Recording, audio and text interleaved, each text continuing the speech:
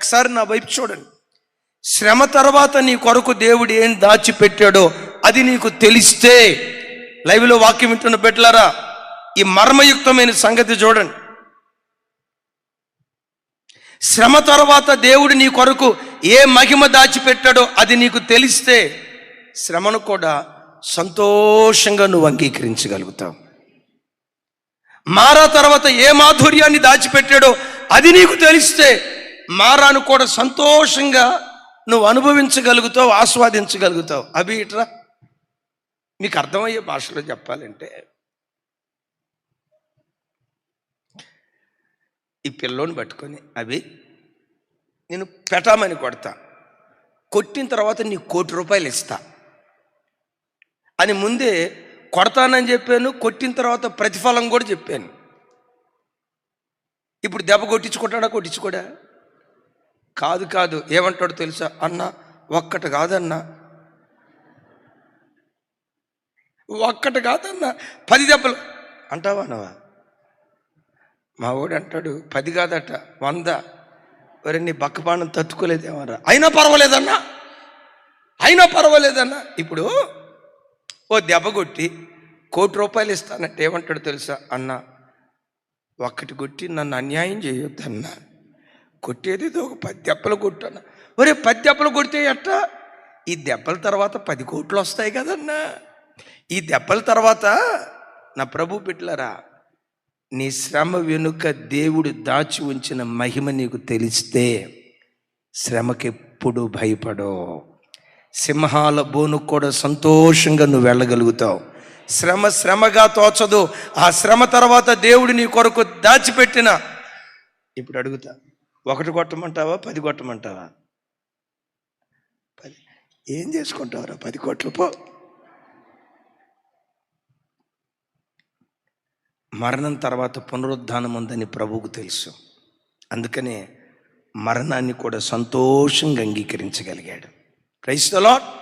సరే వినండి, ప్రభు తన చేతులు చూయించాడు, తన ప్రక్కను చూయించాడు.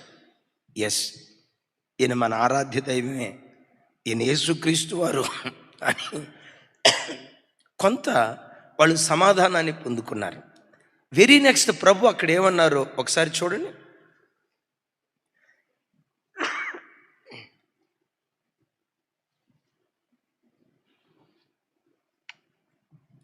నాతో కలిసి, అప్పుడు యేసు మరలా మీకు సమాధానము కలుగునుగాక, తండ్రి నన్ను పంపిన ప్రకారం నేనును మిమ్మల్ని పంపుచున్నానని వారితో చెప్పాను. విన్నారు ఈ మాట? ఇప్పుడు శిష్యులకు ఏమనుగ్రహించాడు చెప్పండి, నోరు తెరిచి. ఇప్పుడు సమాధానాన్ని పొందుకున్న తర్వాత మీరు ఇక్కడే ఉండండి అని అన్నాడా? నేను మీకు సమాధానం ఇస్తున్నానే, నా ద్వారా సమాధానాన్ని పొందుకున్న మీరు నా తండ్రి నన్ను పంపిన ప్రకారం నేను మిమ్మల్ని పంపిస్తూ ఉన్నాను. ఎక్కడికి పంపిస్తున్నారయ్యా? తలుపులు వేసుకొని ఈ చిన్న ఇంటిలో ఉన్నారే, యెరూషలేము అనే చిన్న పట్టణంలో వాక్యం ప్రకటించడానికి భయపడుతూ ఈ చిన్న ఇంటిలో ఉన్నారే, ఇశ్రాయేలు దేశం అనే చిన్న దేశంలోనే మీరు వాక్యం ప్రకటిస్తూ 4 గోడల మధ్యకి మీరు పరిమితం అయిపోయారే, తలుపులు మూసుకున్న మీ జీవితంలో రాగల కాలంలో నేనేం చేయబోతున్నానో తెలుసా? ప్రపంచపు నలుదిక్కులకు వెళ్ళటానికి ప్రపంచపు తలుపులు మీ కొరకు నేను తెరుస్తూ ఉన్నా. విన్నారు ఇక్కడ ఈ మాట? కొంచెం అర్థం చేసుకోండి. వీళ్ళు ఎక్కడ వాక్యం ప్రకటించడానికి భయపడ్డారు? జస్ట్ ఒక్క యెరూషలేము పట్టణంలో వాక్యం ప్రకటించడానికి భయపడిన ఈ శిష్యులతో అంటాడు, ఒక కాలం రాబోతుంది, యెరూషలేముకే ప్రకటించడానికి మీరు భయపడుతున్నారు కదా, రాగల కాలంలో యెరూషలేములో మీరు ప్రకటిస్తారు, ప్రపంచ దేశాలకు నా వాక్యాన్ని మోసుకొని వెళ్తారు. మీరు తలుపులు మూసుకున్నారు కదా, తలుపులు మూసుకున్న మీ జీవితంలో ప్రపంచపు తలుపులు నేను మీ కొరకు తెరవబోతూ ఉన్నా. చప్పలు కొడుతూ ప్రభు వారికి స్తోత్రాలు చెప్తాను. అయితే ఇక్కడ ఒక విలువైన మాట చెప్తాను, బిడ్డలారా బాగా గ్రహించండి. దేవుడు మనకి ఏది ఇచ్చినా ఆయన మహిమ కొరకే దేవుడు మనకు అనుగ్రహిస్తాడు. ఆయన పనికి ఉపయోగపడటానికే దేవుడు మనకు అనుగ్రహిస్తాడు. నా సమాధానాన్నే మీకు ఇస్తున్నా అని అన్నాడు కదా. తల్లి అర్థం చేసుకొని, నా సమాధానాన్నే మీకు ఇస్తున్నాను అని అన్నాడు కదా.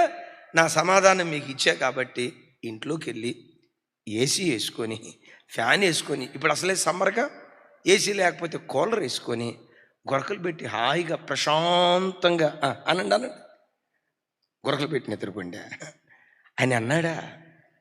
నా శాంతిని మీకు ఇచ్చే కదా, నా సమాధానాన్ని మీకు ఇచ్చే కదా. ఈ సమాధానాన్ని ఎందుకు ఇస్తున్నానంటే, నన్ను కూర్చున్న వార్త ప్రపంచ దేశాలకు తీసుకుని వెళ్ళండి. నా ప్రభు పెట్టారా, నీ ప్రభు నీకు ఏది ఇచ్చినా నీవు అనుభవించడానికి మాత్రమే కాదు, నీ పిల్లలు అనుభవించడానికి మాత్రమే కాదు, నీ దేవుడు నీకేది ఇచ్చినా ఆయన మహిమ కొరకే ఇచ్చాడు అన్న సంగతి ఎప్పుడు మర్చిపోవద్దు. నీకు మంచి ఆరోగ్యం ఇచ్చాడు, ఎందుకు ఇచ్చాడు? అదేంటన్నయ్య, నా భర్తకు వంట చేసి పెట్టేది ఎవరు అన్నయ్య? మా పిల్లలకి టిఫిన్ చేసి పెట్టేది ఎవరు అన్నయ్య? వాళ్ళకు ఊడిల్స్ వానపాములు చేసి పెట్టేది ఎవరు అన్నయ్య? వాళ్ళ బట్టలు ఉతికేది ఎవరు అన్నయ్య? నేను లేకపోతే ఆయన ఏమైపోతాడు? ఏమి కాడు, ఏదో అయిపోతాడు అనుకోవటం నీ భ్రమ.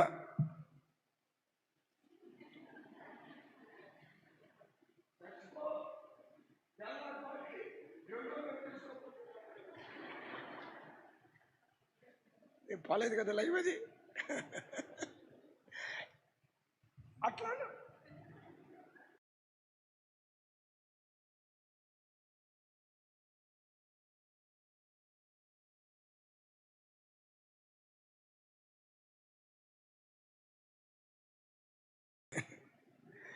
లైవ్ చూసేవాళ్ళు ఏం చెప్పాడా అన్న, అందుకని ఉపవాస ప్రార్థనకు రమ్మనేది.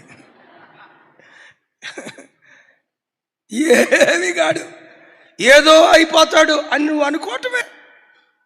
నిజమే, నీ భర్తకు ఉపయోగపడాలి, నీ పిల్లలకు ఉపయోగపడాలి. అంతకంటే విశేషంగా నీ బలం, నీ సమయం, నీ ధనం, నీ ఆరోగ్యం దేవుని రాజ్య వ్యాప్తి కొరకు ఉపయోగపడాలి. దేవుడు నీకు ఏది ఇచ్చినా ఆయన మహిమ కొరకే ఇచ్చాడు అంటాడు మొర్దెకై. ఎస్తేరును బ్రతిమలాట్ల, ఎస్తేరు ఈ సమయం కొరకే, ఇలాంటి విపత్తు యూదులకు రాబోతుందని దేవుడు ముందుగానే పసిగట్టి, ఇలాంటి ఆపద యూదులకు రాబోతుందని దేవుడు ముందుగానే ఎరిగి వాళ్ళ సమస్యను పరిష్కరించడానికి దోతగా ముందుగా దేవుడు నిన్ను పంపించాడు. అంటే నిన్ను రాణిగా చేయటం వెనుక దేవుని ప్రణాళిక ఒకటి ఉంది, ఆయన పనికి ఉపయోగపడాలని. అయిలారా, నీకు ఆరోగ్యం ఇచ్చింది, మందిరానికి వచ్చి ఉపవసించి ప్రార్థిస్తావని నీకు ఆరోగ్యం ఇచ్చింది. ఏ మోకాళ్ళ బలహీనత లేకుండా నీకు ఆరోగ్యం ఇచ్చింది. ఎందుకో తెలుసా?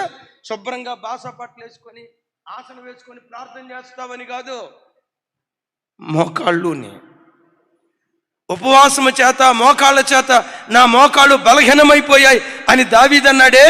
నశించిపోతున్న ప్రజల కొరకు మోకాళ్ళుని ప్రార్థన చేయాలని నీకు ఆ మోకాళ్ళు సహకరించేటట్లుగా దేవుడు చేశాడు. ఆ మోకాళ్ళ నొప్పితో బాధపడుతున్న తల్లులను అడగండి. మోకరించాలని ఆశ ఉందయ్యా, వెయిట్ పెరిగిపోయానయ్యా, బాడీలో కాల్షియం తక్కువైపోయిందయ్యా, మోకరించలేకపోతున్నానయ్యా, ఒక్క 5 నిమిషాలు మోకరిస్తే చాలు ఎముకలు విరిగిపోయేంత నొప్పి అయ్యా, ఆ 5 నిమిషాలు మోకరిస్తే 5 రోజులు నేను బాధపడ్డాలయ్యా. నిన్న ఒక తల్లి ఒంగోలు నుంచి ఫోన్ చేసింది, శుభమాల ఆ తల్లి పేరు.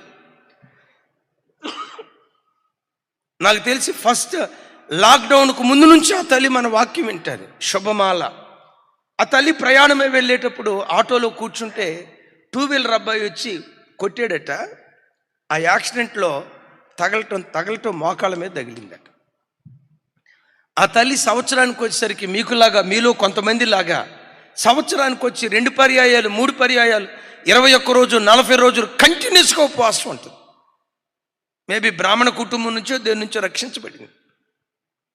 ఆ తల్లి ఏడుస్తా చెప్పిన మాట, అయ్యా నేను మోకరించలేక 15 రోజులు అవుతుందయ్యా. ఎందుకమ్మా? యాక్సిడెంట్ అయిందయ్యా. ఆ దెబ్బ, సైతానుగాడి దెబ్బ కొట్టడం కూడా మోకాళ్ళ మీదే కొట్టాడయ్యా. నా మోకాళ్ళు యాక్సిడెంట్కి గురయ్యాయి అనేది కదయ్యా నా బాధ. నేను దేవుని సన్నిధిలో మోకరించక 15 రోజులు అవుతుంది. మోకాళ్ళుని ప్రార్థన చేయక 15 రోజులు అవుతుంది.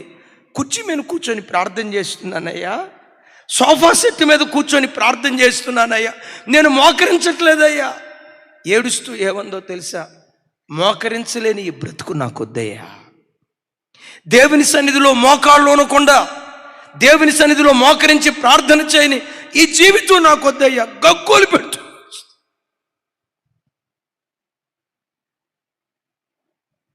నీకెందుకు చక్కటి మోకాళ్ళు ఇచ్చాడు తెలుసా? నీకెందుకు నడువుల నొప్పి లేకుండా చేశాడో తెలుసా? నడువుల నొప్పి లేని కాలంలో కూడా బాస్పట్లు వేసుకొని, మోకాళ్ళ నొప్పి లేని కాలంలో కూడా చక్కగా బాస్పట్లు వేసుకొని ఇట్టను. ఆ తర్వాత చర్చికి అటు అంతముడా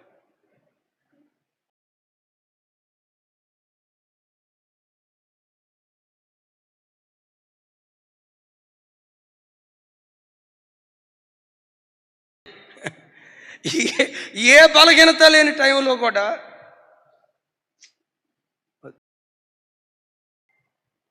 మోకరించమంటే మోకరించకుండా నాజూక నువ్వు ప్రార్థన చేసావనుకో, నేనంట నీకు ఇచ్చిన ఆరోగ్యం దేవుని మహిమ కొరకే, నీకు ఇచ్చిన డబ్బు దేవుని మహిమ కొరకే, నీకు ఇచ్చిన ఉద్యోగం దేవుని మహిమ కొరకే, నీకు ఇచ్చిన సంపన్న స్థితి దేవుని మహిమ కొరకే. నీ కొరకు నువ్వు వాడుకుంటూ దేవుని మహిమ కొరకు నీ కలిగిన దాన్ని వెదజల్లుతూ ఉండు. రాగల కాలంలో కృప వెంబడి కృప దేవుడు అనుగ్రహిస్తాడు. పెద్దగా చెప్దాం ఆమేన్, పెద్దగా చెప్దాం ఆమేన్. అరే పెద్దగా చెప్పండి, పెద్దగా. నా సమాధానాన్ని మీకు ఇచ్చా, వెళ్ళండి అన్నాడు. అంటే దేవుడిచ్చిన దాన్ని పొందుకొని వాళ్ళు దేవుని కొరకు బయలుదేరారు. నీకు ఇచ్చిన ప్రతిదీ నీ కొరకు నువ్వు వాడుకుంటూ, ప్రభు మనసు ఎరిగిన వాడిగా నేను చెప్తున్నా, నీ డబ్బు దేవునికి ఎంత ఉపయోగపడేటట్లుగా నువ్వు నిలవబడతావో, నీకు కావలసిన ప్రతిదీ నీ కాళ్ళ ముందు దేవుడు పడేస్తాడు. దేవుడు నీకు ఇచ్చేది నీ కొరకు మాత్రమే వాడుకుంటే దేవుడు సహించడం. దేవుడు నీకు ఇచ్చింది నీ పిల్లలకు మాత్రమే వాడుకుంటే దేవుడు సహించడం. ఆయన ఇచ్చింది ఆయన రాజ్య వ్యాప్తి కొరకు వాడుదుముగాక. కొంచెం పెద్దగా చెప్దాం ఆమేన్. ఇప్పుడు అంటాడు, మీరు పరిశుద్ధాత్మ పొందుకోండి. ఈరోజు ఎర్లీ మార్నింగ్ మెసేజ్ మీరు వినుంటారు కదా. మీరు బయలుదేరే ముందు అంటాడు, మీరు బయలుదేరే ముందు పరిశుద్ధాత్మ పొందుకోండి. ఈసారి ఎప్పుడైనా ఈ అంశం మీద నేను చెప్తాను. ఆ తర్వాత ఒక పెద్ద మాట అంటాడు, శిష్యులారా, శిష్యులారా, నా సేవ చేయటానికి వచ్చిన అపోస్తులారా, నేను మీకు ఒక ప్రత్యేకమైన అధికారం ఇవ్వబోతున్నాను. ఆ మాట చూపించుతాడు. పరిశుద్ధాత్మ తర్వాత ఒక పెద్ద మాట అంటాడు ప్రభు. బాబోయ్, తలుపులు మూసిన వారికి దేవుడిచ్చిన అధికారం, అసమానమైన అధికారం ఇచ్చాడు. గుండెలో ఇది నిజమేనా? నేను ఈ వాక్యం ప్రిపేర్ అయ్యేటప్పుడు సేవకురాలతో కూడా మాట్లాడాను. నిజంగా దేవుడు ఎంత అధికారం ఇస్తాడా తలుపులు మూసుకున్న దైవ సేవకుడికి? అంటాడు అక్కడ నాతో కలిసి, మీరు ఎవరి పాపములు క్షమింతురో అవి వారికి క్షమించబడును, ఎవని పాపములు మీరు నిలిచి ఉండనిత్తురో అవి నిలిచి ఉండునని వారితో చెప్పాను. టకామని సమాధానం చెప్పండి. మారు మాట మాట్లాడకుండా, ఆలోచించకుండా టకామని చెప్పండి. పాపాలను క్షమించగలిగే అధికారం యేసుక్రీస్తు ఒక్కడికి మాత్రమే ఉందా? దైవ సేవకుడికి కూడా ఉందా? సరే, ఎట్లాగా పాపాలను క్షమించగలిగే అధికారం అది దేవుని అధికారమా, మనుషుల అధికారం కూడానా? అది కేవలం దేవుని అధికారం మాత్రమే. కానీ గొప్ప దేవుడు ఏంటో తెలుసా? తనకున్న ఆ గొప్ప అధికారాన్ని, తనకున్న ఆ గొప్ప ఆధిక్యతను, తనకున్న ఆ గొప్ప ప్రభావాన్ని ప్రార్థనా గదిలో గడిపే దైవ సేవకుడికి కూడా ఇవ్వటానికి దేవుడు సిద్ధపడ్డాడు. అట్లాగని మీ పాపాలు క్షమించే అధికారం మా దగ్గర లేదు. మీ పాపాలు మీ మీద నిలిచి ఉండేటట్లుగా చేసే అధికారం మాకు లేదు. ఈ అధికారం ఎవరి చేతిలో ఉంది అంటే దైవ సేవకుని అంత అధికారంతో వాడుకుంటాడు. నిజమే, ఆ రోజుల్లో మోషే అయ్యా వీళ్ళ మీద నీ ఉగ్రత కొమ్మరించావు కదా, ఉపవసించి ప్రార్థిస్తున్నా, వీళ్ళని ఉగ్రత గురి చేయకయ్యా, వీళ్ళ పేరు జీవగ్రంథంలో తుడిచేస్తావా, అవసరమైతే నా పేరు తుడిచివేయని వాళ్ళ కొరకు ప్రార్థన చేస్తే ఇశ్రాయేలీల పాపాన్ని దేవుడు క్షమించాడా లేదా? కొంచెం పెద్దగా. ఎలాంటి దైవ సేవకుడికి అధికారం ఇచ్చాడు? ఎలాంటి దైవ సేవకురాలకి అధికారం ఇస్తాడు? సినాయి పర్వతం మీద కడుపు చంపుకొని 40 రోజులు రాత్రింబవళ్ళు తలుపు వేసుకొని దేవుని సన్నిధిలో ప్రార్థించాడు. నా ప్రభు పిల్లరా, అలా ప్రార్థన చేయి, నీ ఊహకు మించిన అధికారం దేవుడు నీకు అనుగ్రహిస్తాడు. దుష్టాత్మల మీద దేవుడు నీకు అధికారం ఇస్తాడు. చీకటి శక్తుల మీద నీకు అధికారం ఇస్తాడు. నువ్వు దేన్ని బంధిస్తావో అవి బంధించబడే అధికారం కృప దేవుడు నీకు ఇస్తాడు. ఇవన్నీ ఎవరికి ఇస్తాడు అంటే చెప్పండి, ఎవరికి? ప్రతిదినం ఉదయకాలం తలుపులు వేసుకునే అనుభవం నీకుండును గాక. ఇంకోసారి పెద్దగా చెప్దాం. తలుపులు మూసుకునే ఆ కృప దేవుడు నీకు ఇచ్చును గాక. ప్రతి సాయం సంధ్య వేళ కుటుంబ ప్రార్థనకు తలుపులు మూసుకునే ఆ కృప దేవుడు మనకిచ్చును గాక. ఇంకోసారి ప్రతి శనివారం ఇక్కడ ఉపవాస ప్రార్థన జరుగుతుందే, సారీ,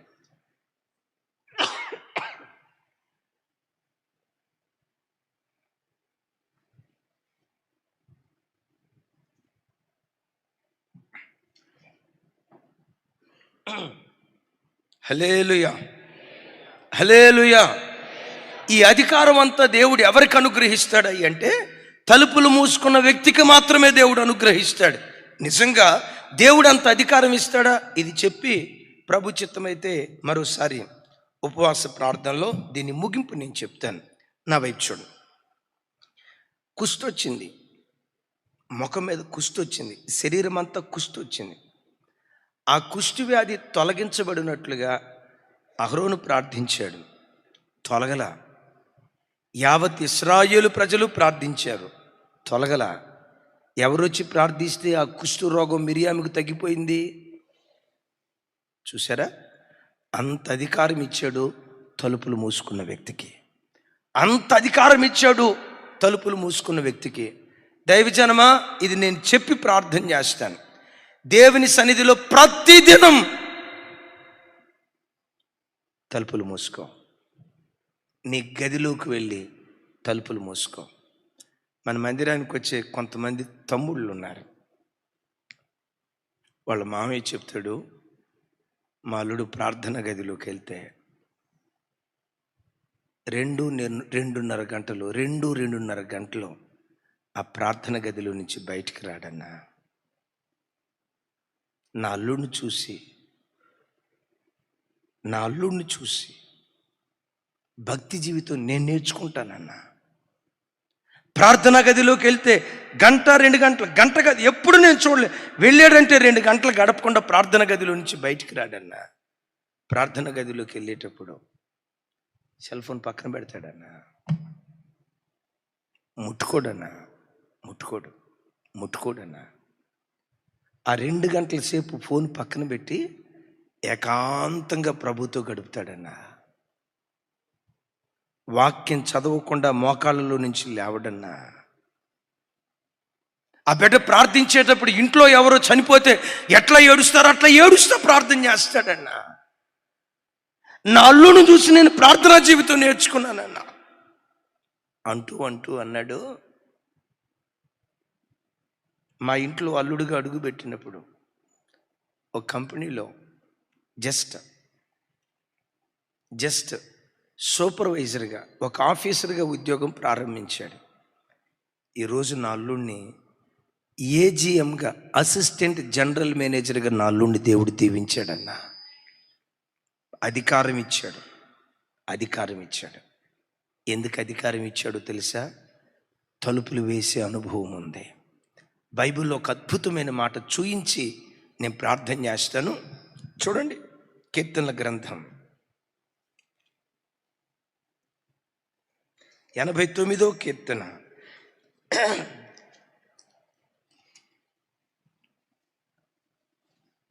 89వ కీర్తన 26, 27 చరణాలు నేను చదువుతాను, నాతో కలిసి అందరి మాట చెప్పండి.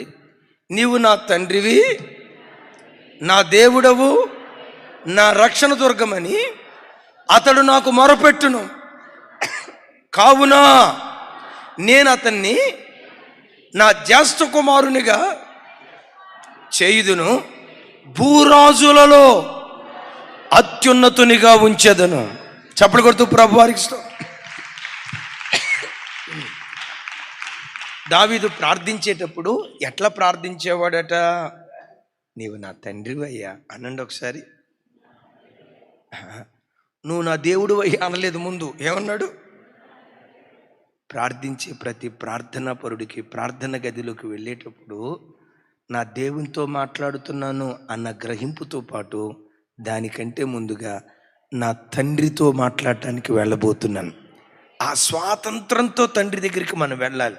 నీవు నా తండ్రివయ్యా, నీవు నా దేవుడివయ్యా, నీవు నా రక్షణ దుర్గమయ్యా అని అతడు నాకు మొరపెట్టుచూ ఉండగా నా జ్యేష్ఠ కుమారునిగా నేను చేస్తాను. ఆమేన్. యేసయ్యకు కుమారుడిగా కాదట అనండి, పెద్దగా వినపడలేదు నాకు. యేసయ్యకు కుమారుడిగా కాదట, జ్యేష్ఠ కుమారుడిగా. యేసయ్యకు మీరు కుమారులు కావాలనుకుంటున్నారా? జ్యేష్ఠ కుమారులు కావాలనుకుంటున్నారా? ఎవరు జ్యేష్ఠ కుమారులు అవుతారు? చెయ్యెత్తిన ప్రతి ఒక్కరు కాదు, మొరపెట్టే ప్రతి ఒక్కరు, దేవుని సన్నిధిలో మొరపెట్టే ప్రతి ఒక్కరు.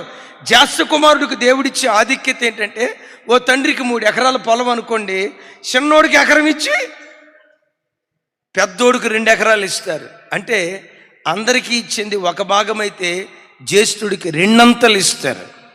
నీకిచ్చే ఆత్మాభిషేకం 2 అంతలు దేవుడు ఇస్తాడు. నీకిచ్చే పరిశుద్ధత 2 అంతలు ఇస్తాడు. నీకిచ్చే ప్రార్థనా జీవితం 2 అంతలు ఇస్తాడు. దేవుని సన్నిధిలో నువ్వు మొరపెట్టేదానివైతే నేను జ్యేష్ఠ కుమార్తెగా దేవుడు స్వీకరిస్తాడు.